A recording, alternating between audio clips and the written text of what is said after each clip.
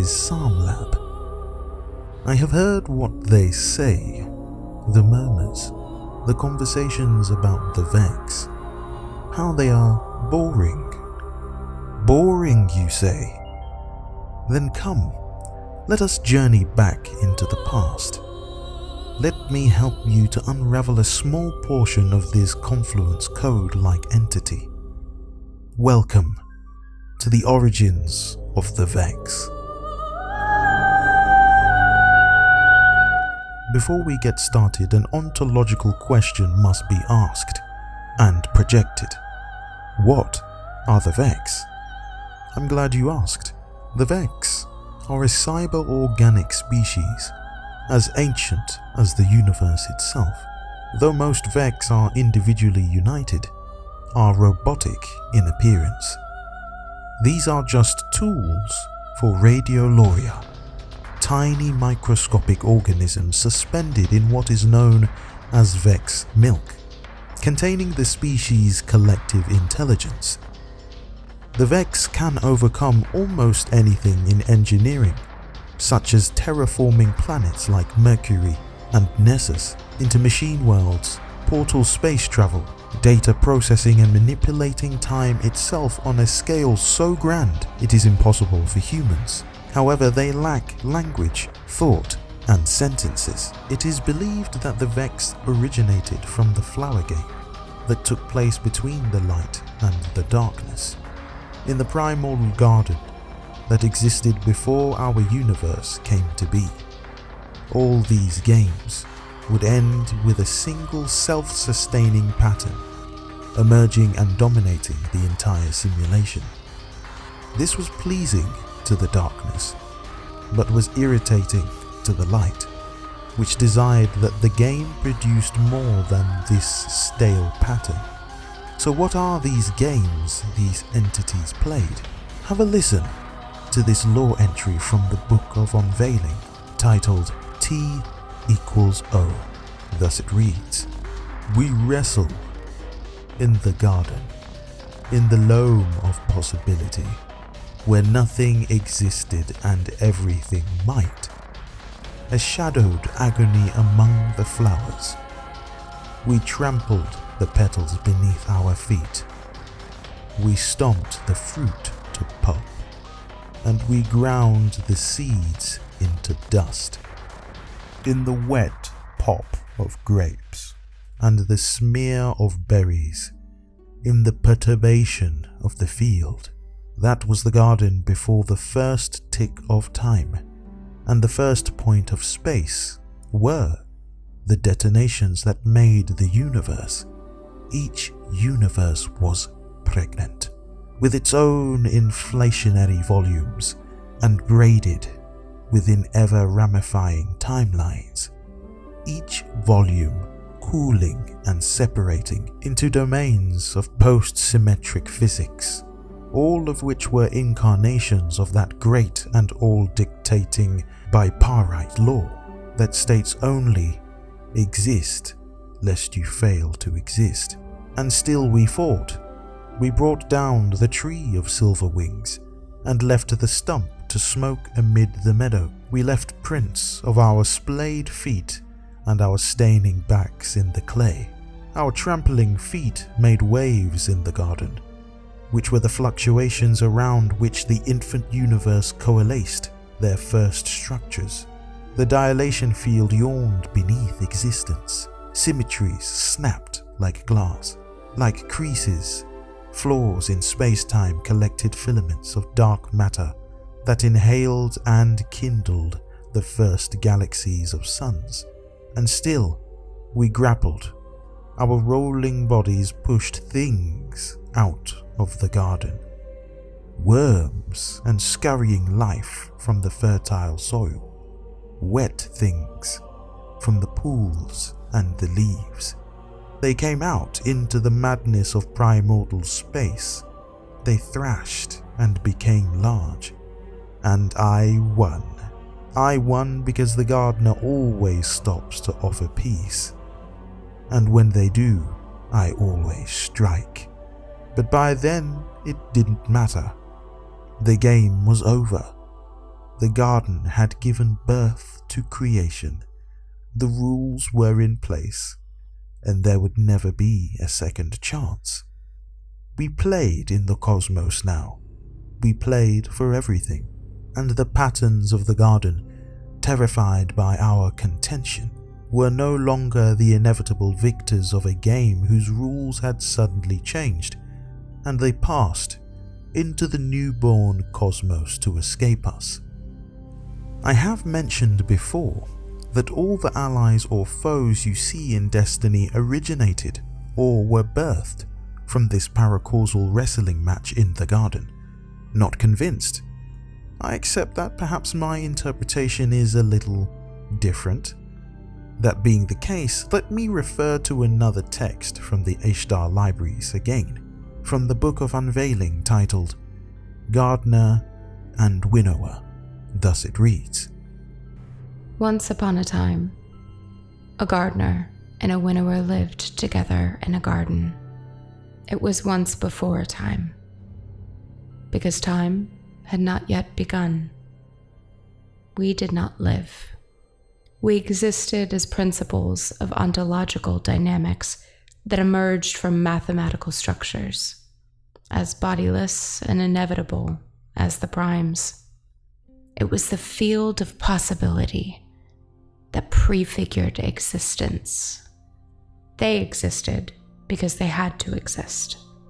They had no antecedent and no constituents, and there is no instrument of causality by which they could be portioned into components and assigned to some schematic of their origin. If you followed the umbilical of history and searched for some ultimate atavastic embryo that became them, you would end your journey marooned here, in this garden. In the morning, the gardener pushed seeds down into the wet loam of the garden to see what they would become.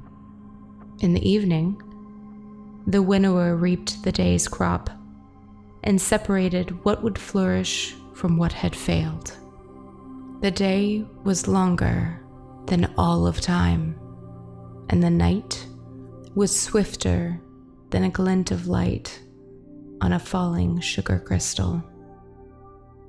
Insects buzzed between the flowers, and worms slithered between the roots, feeding on what was and what might be. The first gradient in existence, the first dynamo of life. Rain fell from no sky. Voices spoke without mouth or meaning. A tree of silver wings bloomed, yielded fruit, shed feathers, bloomed again. In the day between the morning and the evening, the gardener and the winnower played a game of possibilities. Though most of these entries are metaphorical in telling, I do believe they provide some level of context as to the narrative we see play out before us. As stated before, the Vex is the pattern, the first original result of the game, one that has become old but prevalent throughout the entirety of the game, which is life. The purpose is simply to unify everything. They are simply put an outcome of an experiment clearly not desired by the light, but excitingly glorious to the darkness. If this pattern is so frustrating, why not get rid of it? There are aspects of this first universe that are still yet to be answered, and I'm sure it's only a matter of time until it is. Have a listen to another lore entry from the Book of Unveiling titled The Final Shape. Thus it reads. It always ends the same, the gardener complained. This one stupid pattern. Aren't they beautiful? I asked, as the flowers opened and closed in patterns beyond the scope of entire universes to encode, all-devouring, and perhaps everlasting. Not even we could know whether a pattern in the flowers would cycle forever, or someday halt. They're as dull as carbon monoxide poisoning, the gardener groused. Although carbon monoxide did not yet exist, and neither did anything that could be poisoned. The gardener kneeled to flick a patch of sod with her trowel. It struck an open flower, causing it to shut. Although I was the closer of flowers, and that was my sole purpose, I felt no fear or jealousy. We had our assigned dominions, and always would. They're majestic, I said. They have no purpose except to assume all other purposes. There is nothing at the center of them except the will to go on existing, to alter the game to suit their existence. They spare not one sliver of their totality for any other work. They are the end. The pattern corrected the errant flower effortlessly. The great flow went on unchanged. The gardener got up and brushed their knees. Every time we play, this one pattern consumes all the others. Wipes out every interesting development. A stupid, boring exploit that cuts off entire possibility spaces from ever arising. There's so much that we'll never get to see because of this pest. They chewed at their cracked lip, which existed only because this is an allegory. I'm going to do something about it, they said. We need a new rule. How do we piece this together? Truth is a funny thing. Does it live in the world or in the mind? Is it constant or can it be bent? Who decides what is true? In this universe of light and dark, there is no greater power. Tell me, Guardians, what is your truth now? What is the final shape? The current law in Destiny leads us down two paths. One presents us with a truth that there is something greater than the light and the dark. Another truth would have us believe that the Vex themselves are the final shape, or at least part of it. Let me explain. In Destiny, the final shape is considered to be the ultimate dominance of all living matter, the ultimate form of entity that is superior to all greater power. That has been confirmed by many factions. Now here is my perspective, and it's purely conjecture, so be warned. Here are my thoughts. The light and dark are merely part of an original paracausal universe with given roles, with a set parameter, a predefined role in a movie, if you will, and this may or may not conclude in Lightfall. Whether or not the light or dark will win is another question entirely. Don't be fooled by the name's Lightfall. It could mean anything to the current narrative. But if there is more than light and darkness, it would suggest that everything we have experienced in Destiny isn't the end game at all, and the real story is about to begin. Is it even possible to imagine a universe without the light and dark? I don't know. I believe the light will ultimately prevail, but darkness won't ever be fully removed. To know yourself, you must look into the light and dark and learn to embrace yourself.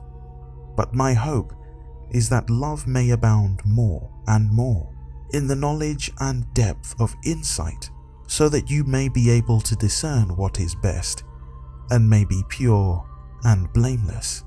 For that day is knowing that the light exists in all places, and it can never be snuffed out, no matter how hard our enemies might try. For now, that's all I have for you. If you have enjoyed watching and listening to today's video, then feel free to leave a comment and consider liking this video and clicking the bell notification and subscribe to find out when my next video goes live. Remember, that no matter what you're facing at this moment in time, you can do all things. Stay safe and Godspeed.